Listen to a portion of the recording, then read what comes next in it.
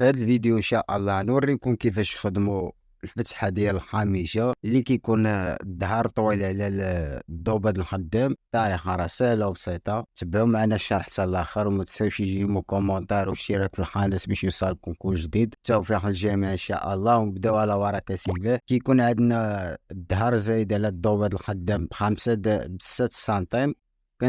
كنشفروا السنتيم ديالنا ديال الكوطي.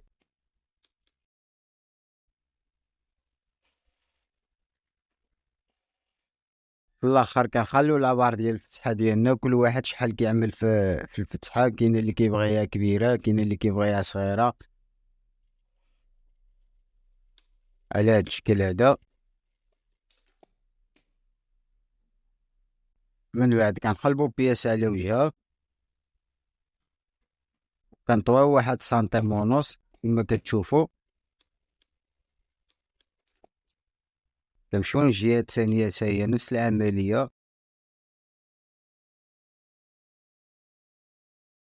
من بعد كنقلبو الريوس ديالنا ديال الاورلي كما كتشوفو على هاد الشكل.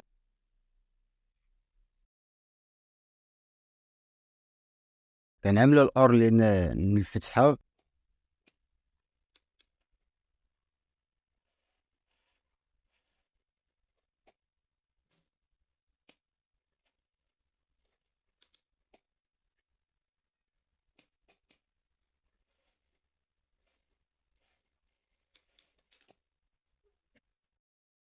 من بعد كنعملو الاورلي من التحت عاوتاني.